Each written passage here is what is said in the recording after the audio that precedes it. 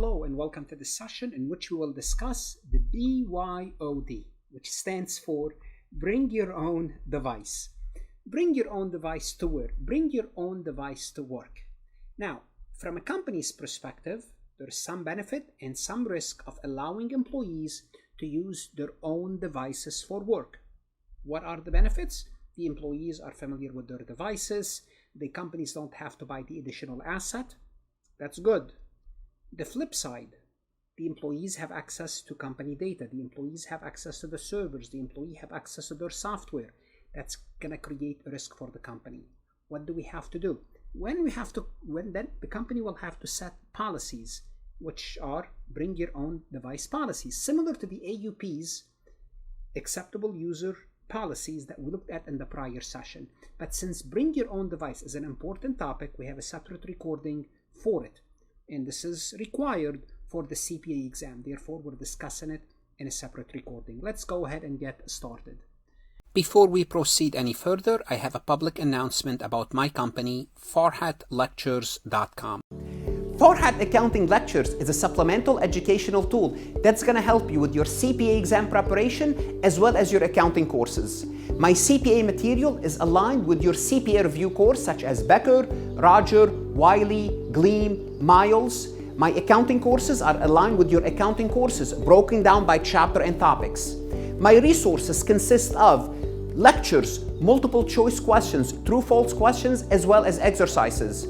Go ahead, start your free trial today. So bring your own device policy permit employees to do what? To use their personal electronic devices, smartphone, tablet, laptop, for work purposes, and to connect them directly to the organization network. And this is going to create a risk for the company. This approach allows employees the flexibility to use their own devices that they are comfortable with. They might be more productive and satisfied because they're used to it. It's customized to their need. But it introduces challenges and risk for the IT department in terms of securing the corporate network and managing more devices on the network. So the BYOD policies often share elements within acceptable use policies, but specifically tailored to certain aspects to address the unique consideration. There are unique consideration of using personal devices for work purposes. Kind of we touched upon it in the AUP, but in this session, we're going to go a little bit more in depth. So these policies outline the necessary guidelines and rules for employees who use their own devices in a professional context, focusing on areas exclusively relevant to personal devices usage within the framework. The first thing we have to determine is monitoring. Monitoring, remember when we talked about AUP's monitoring, the companies, they have the right to monitor your desktop.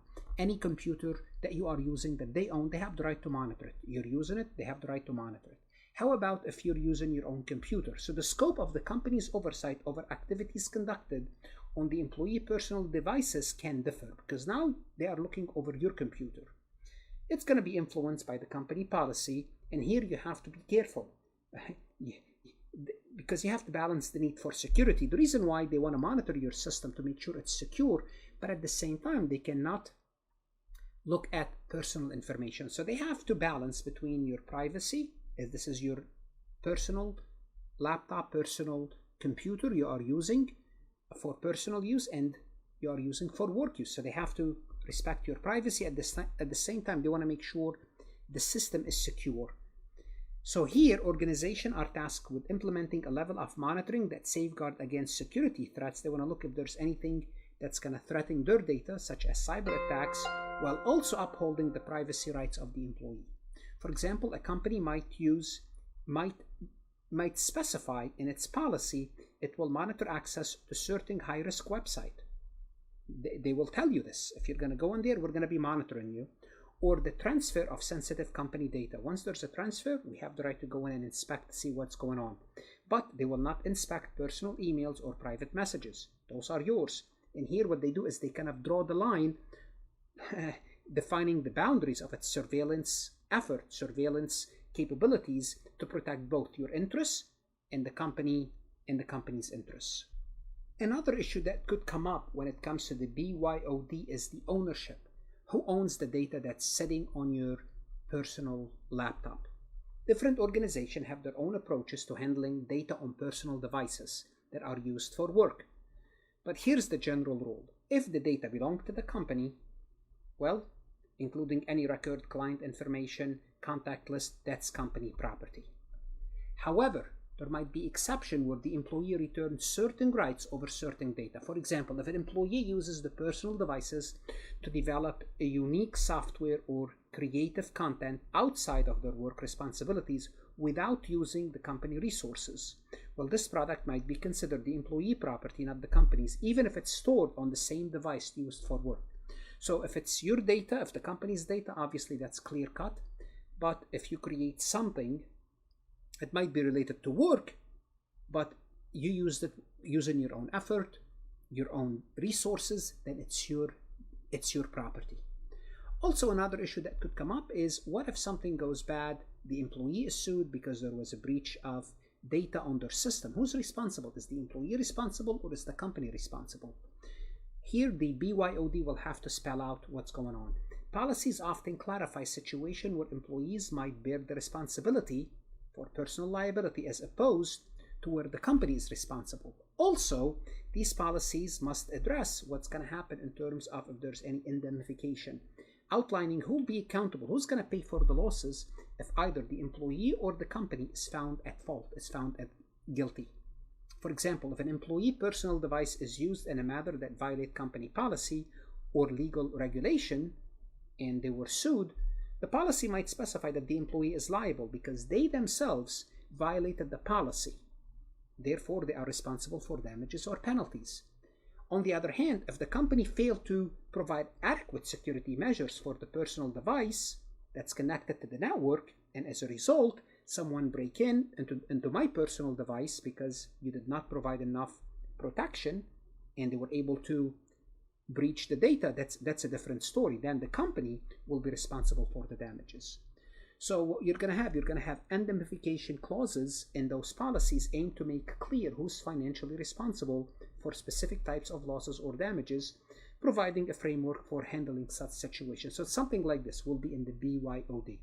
For example, if you follow the rules, you should be fine. Well, if we don't provide enough protection, it's our fault, then we're responsible.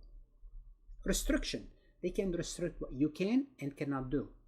It's your own device, but the company's policy might enforce restriction that will be part of the deal on the installation of certain application to mitigate the risks such as data breaches, data leakage, or unauthorized access to the company's network.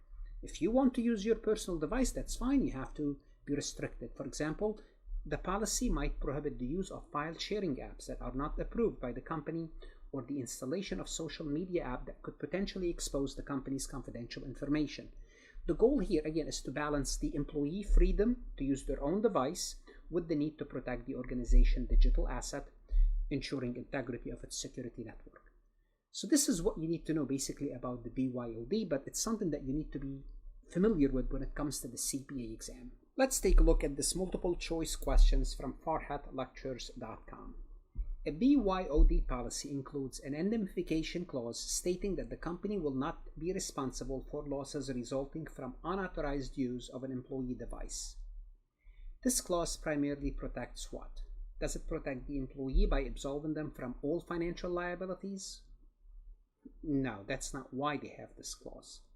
Is it to protect the company by limiting its financial liability in case of unauthorized device use? I would say this clause is to protect the company. This is a good answer choice. Protect the employee by ensuring the companies cover any work-related losses. The company don't want to cover any work-related losses. What if it's that employee's negligence or intentional tort? We're not going to go and cover for them. So it's not the employee. Both the employee and the company, by making a third party responsible for the loss, they can't do that anyway. So the reason for those clauses is to protect the company by limiting its financial liability. Well, if this individual used their device in an unauthorized use, then the company should not be responsible for any losses resulting from this unauthorized use, because they told you you're not supposed to download this app or visit this website or have this file sharing application. So the answer is B. What should you do now? You're going to go to Farhat Lectures, look at additional MCQs, additional resources that's going to help you if you're studying for the CPA exam. Invest in yourself. Practice as many multiple choice questions as possible until you understand the concepts inside out. Good luck, study hard, and of course, stay safe.